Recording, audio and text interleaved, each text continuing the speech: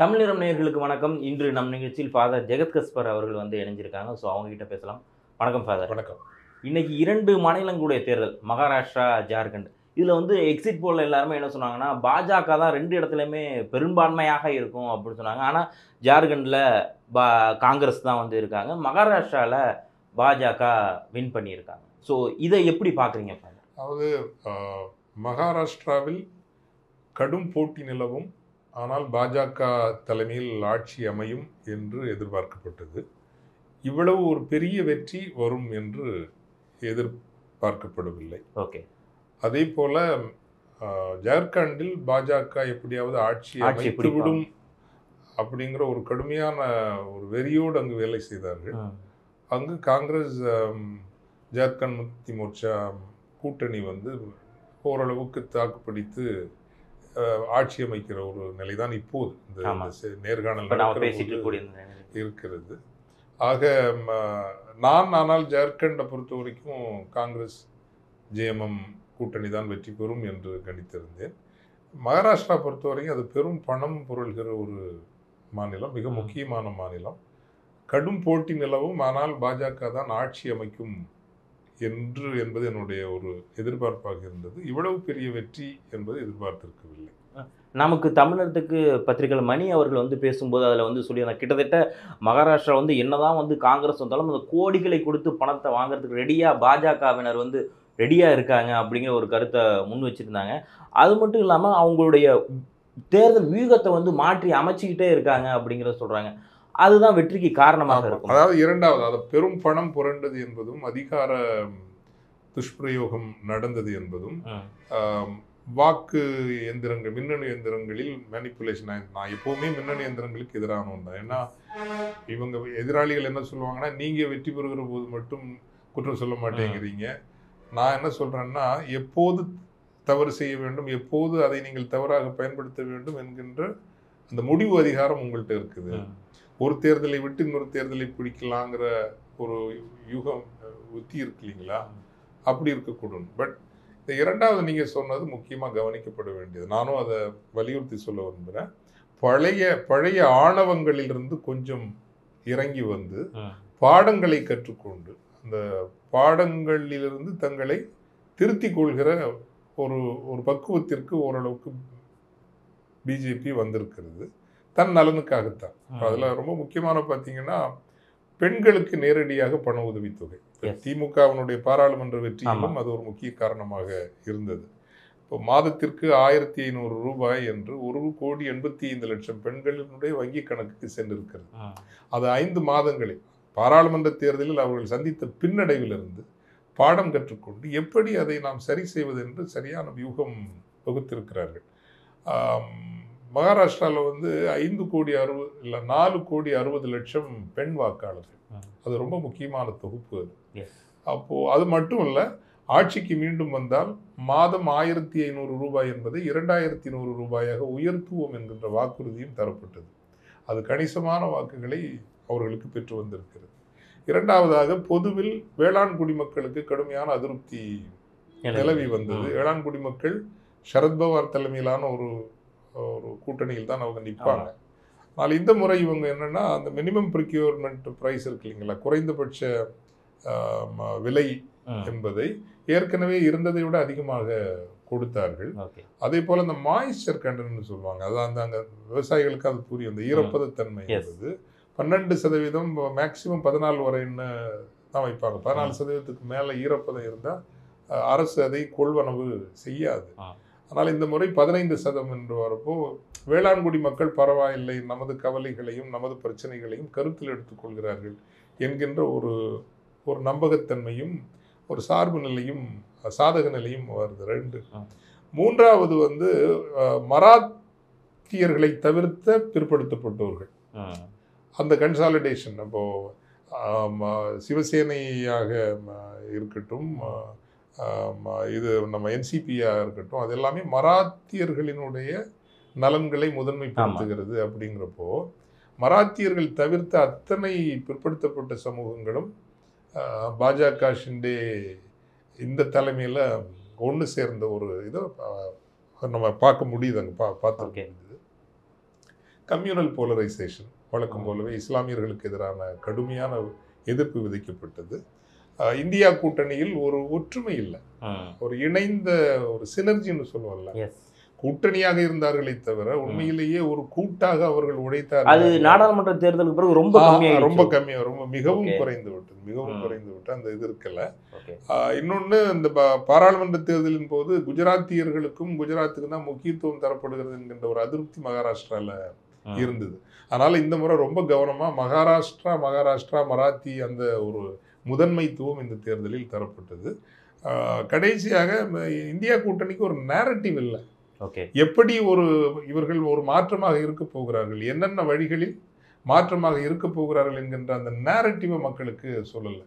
பெண்களுக்கு பெருமுதவி, வேளாண்குடி மக்களுக்கு உதவி அப்படிங்கிற மாதிரி பிற்படுத்தப்பட்ட மராத்தியர் தவிர்த்த பிற்படுத்தப்பட்ட மக்களுக்கு பாதுகாப்பு, அப்படி ஒரு சாலிடான ஒரு நேரட்டிவை பிஜேபி உருவாக்குனாங்க இல்லைங்களா? அப்படி ஒரு நேரட்டிவை இந்திய கூட்டணியால் உருவாக்க முடியல. இதுதான் அந்த தோல்விக்கு காரணம்னு நினைக்கிறாங்க.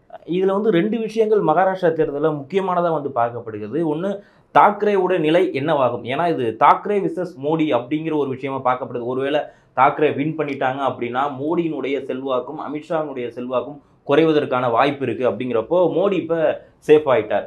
அடுத்து இங்கே வந்து யார் முதல்வர்? இங்கே வந்து ஷிண்டே வர போறா, இல்லை நவீன் பட்நாயக் இவங்க அந்த இதில் வர போகிறாங்களா அப்படிங்கிற 2 கேள்வி எழுந்திருக்கு இல்லையா? ஸோ இங்கே இந்த முறை பாஜக தான். ஏன்னா இப்போ இந்த நேரத்தில் இருக்கிறது படி 127 தொகுதிகளில் பாஜக தனித்தே முன்னணியில் இருக்கிறது.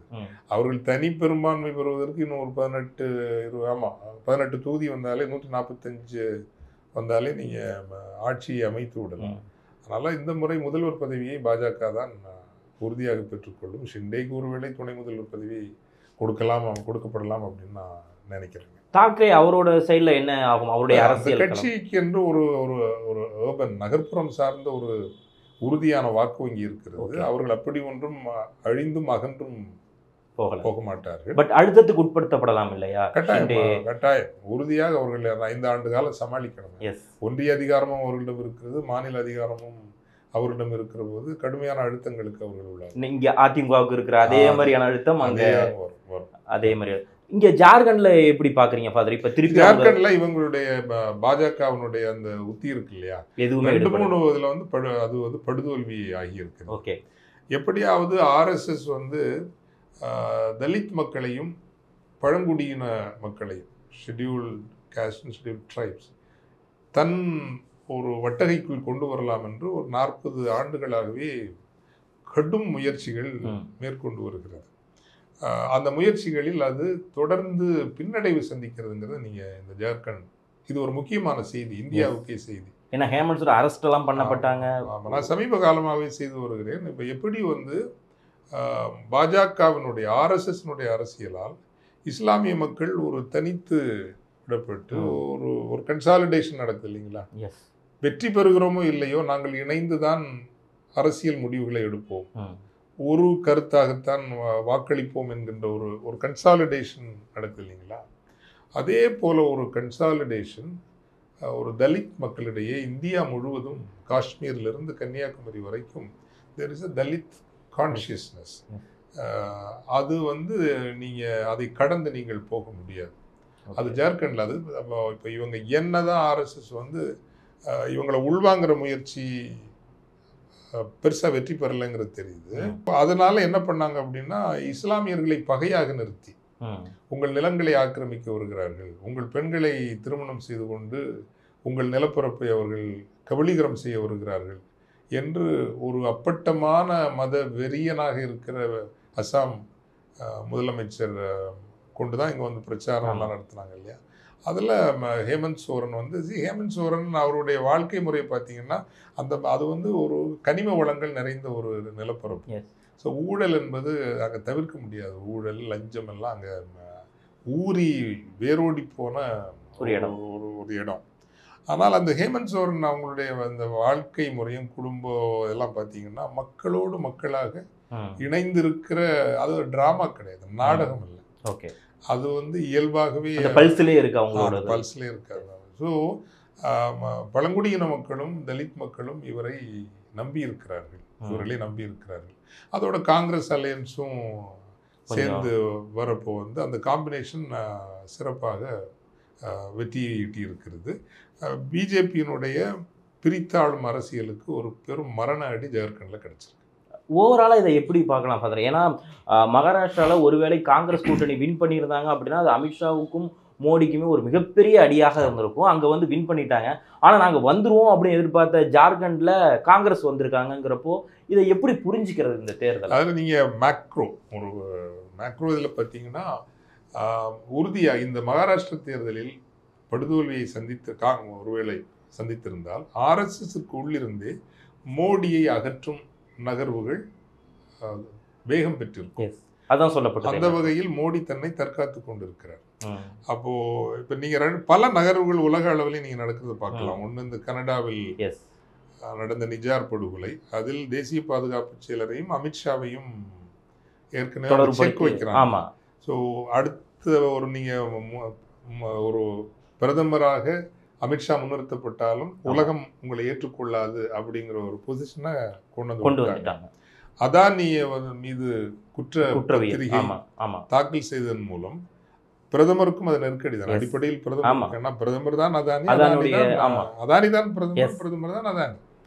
அப்போ அவருக்கும் ஒரு உலக அளவில் இவங்களை வந்து கண்டெயின் பண்ணணும், ஒரு எல்லையை கடந்து இவர்கள் செல்வதற்கு அனுமதிக்க கூடாது அப்படிங்கிற ஒரு சூழ்நிலை வரப்போ ஆர்எஸ்எஸ்குள்ளேயும் இவங்களை பிடிக்காதவங்க நிறைய இருக்காங்க.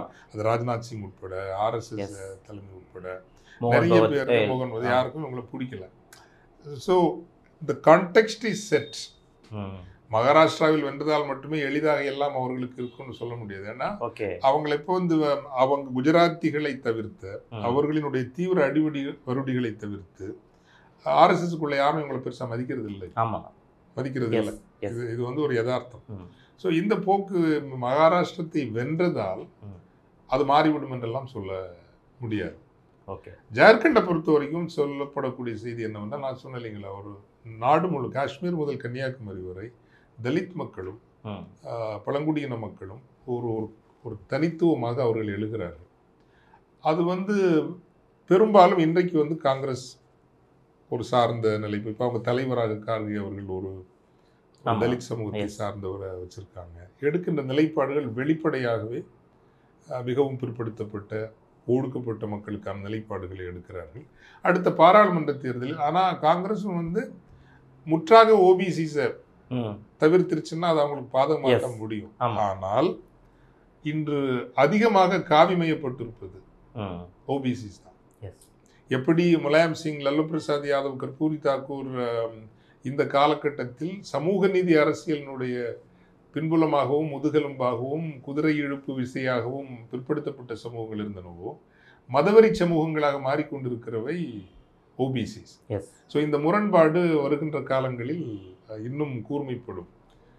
ஓபிசிஸ் பிற்படுத்தப்பட்ட சமூகங்கள் பிஜேபி என்கின்ற வாகனத்திலும், ஒடுக்கப்பட்ட பழங்குடியின மக்கள், சிறுபான்மை மக்கள் காங்கிரஸ் என்கின்ற வாகனத்திலும் பயணிக்கின்ற ஒரு திசை இந்த தேர்தல்களில் வெளிப்படுத்துகிறது நன்றாக. அதே சமயம் தலித்துகளையும் காவிமயப்படுத்தக்கூடிய வேலைகளையும் அவங்க பண்ணிட்டு இருக்காங்க இல்லையா? அவங்க அதிதீவிரமாக செய்தாலும் இன்றைக்கு காவி பாசிசத்துக்கு எதிரான அறிவு போரை அதிகமாக நடத்துவது யாருன்னு பார்த்தீங்கன்னா ஒடுக்கப்பட்ட மக்கள் தான் நடத்துகிறாங்க. இப்போ நீங்கள் தமிழ்நாட்டிலேயே நீங்கள் சமூக ஊடகங்களிலோ எழுத்து உலகிலோ சிந்தனை உலகிலோ பாருங்களேன், வந்து நீக்குப்போக்கு இல்லாமல் சமரசம் இல்லாமல் இந்த காவி பாசிசத்துக்கு எதிராக கடும் அறிவு போர் நடத்துகிறவர்கள் ஒடுக்கப்பட்ட சமூகத்தினராகத்தான் இருக்கின்றார். நீங்கள் இந்த சமூக நீதி அரசியலால் பயன் பெற்ற சமூகங்கள் வந்து இரட்டை வேடம் தான் போடுறாங்க. வெளியே முற்போக்காளர்களாகவும் உள்ளுக்குள் காவி ரசிகர்களாகவும் இருப்பதை என்னுடைய நட்பு வட்டத்திலேயே நான் பார்க்க முடிகிறது. ஸ்கிசோஃப்ரெனிக்னு சொல்லுவாங்கல்ல, ஒரு வெளியே வந்து பயங்கரமான முற்போக்குவாதிகளாக காட்டுக்கொள்வார்கள், ரகசியமாக ஆர்எஸ்எஸ் ரசிகர்களாகவும் அவர்கள் இருப்பார்கள். இப்படி இவங்க இருந்தால் தான் இவங்களெல்லாம் கண்ட்ரோல் பண்ணி வைக்க முடியும் இப்படிங்கிற ஒரு மனநிலை நிறைய பேருக்கு இருக்குது. ஸோ தமிழகத்திலேயே நான் பார்க்குறேன்னா அந்த ஒரு காவி பாசிசத்திற்கான கடும் அறிவு போரை ஒடுக்கப்பட்ட மக்களிடமிருந்து வருகிற அறிவு கூட்டத்தார் தான் நடத்துகிறார்கள். இது இந்தியா முழுவதும் தீயன பரவும். இதை தவிர்த்து விட்டு இங்கே அரசியல் நடக்க முடியாது. அது ஒரு ஸ்டேஜில் வந்து ஒடுக்கப்பட்ட மக்கள், பழங்குடியின மக்கள், இஸ்லாமிய மக்கள் இப்படி ஒரு பொலிட்டிக்கல் பிளாக் வந்து ஒரு கடுமையாக வலுவான ஒரு பிளாக்காக வரும். ஸோ அது என்னென்னங்கிறது நம்ம இப்போ போக போக தான் தெரியும். பட் என்னதான் இருந்தாலும் இந்த ஜார்க்கண்டில் காங்கிரஸ் மறுபடியும் கம்பேக் கொடுத்துருக்காங்க அப்படிங்கிறது மூலமாக அவங்களையும் அவ்வளோ ஈஸியாக நம்ம கடந்து போயிட முடியாது. அதே சமயம் பாஜக ஒவ்வொரு வாட்டியும் தன்னை புனரமைக்கிற மாதிரி காங்கிரஸும் வந்து புனரமைக்கணும் அப்படிங்கிற ஒரு விஷயம் தான் எல்லாரும் மகாராஷ்டிராவில் கற்றுக்க வேண்டியது அதுதான். பாஜக தன்னை மிக வேகமாகவும் திறம்படவும் தன்னை அந்த சூழலுக்கு தேர்தலுக்காக சரி செய்து கொண்டிருக்கிறது. அந்த ஒரு மந்த் அந்த கேப் கிடைச்சதுல அவங்க அதுல ஹேட்ஸ் ஆஃப் டு. அந்த வகையில் அமித்ஷா உங்களுக்கு பிடிக்குதோ இல்லைங்களோ வந்து is only focused in winning. வெற்றி பெறுவதற்கு என்ன செய்ய வேண்டும் அதை மட்டும் பாருங்க. வேற எதை பத்தியும் நீங்க கவலைப்படாதீங்க. பணம் பவரா அடி எதை செய்தாலும் வெற்றி பெற வேண்டும். அதுல வந்து ஃபோக்கஸ்டா இருக்கிறது. I mean even to the devil you have to give the due இல்லைங்களா? ஓகே. ஸோ அதெல்லாம் என்ன நடக்க போகுங்கிறத இனி வரக்கூடிய காலங்களில் தான் நம்ம வந்து தெரிஞ்சுக்கணும். இந்த நேரத்தில் இணைந்து உங்களுடைய கருத்துக்களை வழங்கிமைக்கு மிக்க நன்றி.